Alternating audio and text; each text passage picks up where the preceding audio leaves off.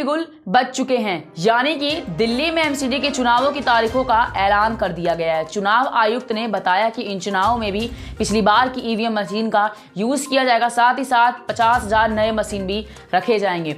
नमस्कार, आप देख रहे हैं नजर टुडे और मैं हूं आपके साथ मुस्कान पांडे। चलिए बताते हैं आपको क्या है पूरा मामला। राज्य चुनाव आयोग एनसीटी दिल्ली एमसीडी चुनावों का ऐलान चुनाव आयोग ने कर दिया है। दिल्ली एमसीडी चुनाव की वोटिंग 4 दिसंबर को होगी और 7 दिसंबर को नतीजे आएंगे। चुनाव आयुक्त ने बताया कि एमसीडी चुनाव की घोषणा के साथ आचार संहिता लागू हो जाएगी और राजधानी दिल्ली में लगे चुनाव प्रचार के बोर्ड और बिल्डिंग को हटा दिया जाएगा। दिल्ली चुनाव आयुक्त विजय देव ने चुनावों की तारीखों का ऐलान करते हुए बताया कि दिल्ली में 70 विधानसभा सीटें हैं, लेकिन 2 विधानसभा सीटों पर चुनाव नहीं होगा। इसका मतलब है कुल 68 सीटों पर चुनाव होगा।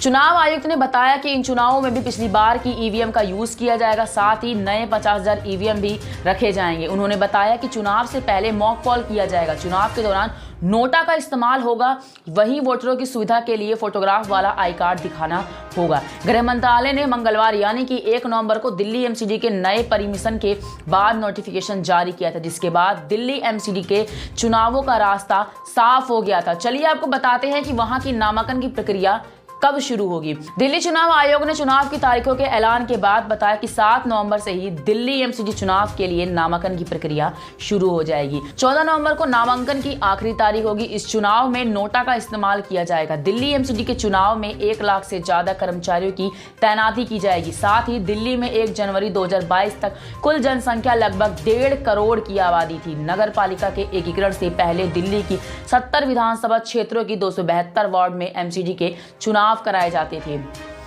पहले 272 सीटों पर चुनाव होते थे, लेकिन इस साल से ये चुनाव 250 सीटों पर होंगे। अभी तक दिल्ली एमसीडी के चुनाव 272 सीटों पर हुआ करते थे, जिसमें उत्तरी और दक्षिणी नगर निगम की क्रमशः 104 सीटें, जबकि पूर्व दिल्ली की 64 सीटें हुआ करती थी।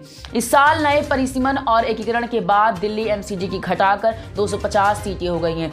नए परिसीमन के मुताबिक दिल्ली की 21 विधानसभा क्षेत्रों में से एक वार्ड कम कर दिए गए हैं। नगर निकाय के एकीकरण के बाद यह पहला चुनाव होगा कि एक तरफ एमसीडी चुनाव से पहले जनता तक पहुंचने के लिए बीजेपी से हर घर संपर्क अभियान शुरू कर दिया है, वहीं आम आदमी पार्टी भी कोई कसर नहीं छोड़ रही है। बीजेपी शासित एमसीडी के लिए आप प्रतिद्वंदी क्यों हैं? आपको बता दें कि बीजेपी शासित एमसीडी के सामने आम आदमी पार्टी इस बार पूरा जोर लगाने में लगी हुई है। दोनों ही खेमे एड़ी चोटी का जोर लगा रहे हैं। एक तरफ बीजेपी के लिए अपनी साख बचाने की टेंशन हो रही है, तो दूसरी तरफ आपके सिर अपना प्रभुत्व दिखाने का भार है। दोनों खेमे के लिए एमसीडी चुनाव बेहद महत्वपूर्ण है, इसलिए कोई भी रिस्क या ढील देने को तैयार नहीं है। लगातार जन संवाद के कार्यक्रम कर वोट बैंक को बटोरने में दोनों खेमे लगे हुए हैं।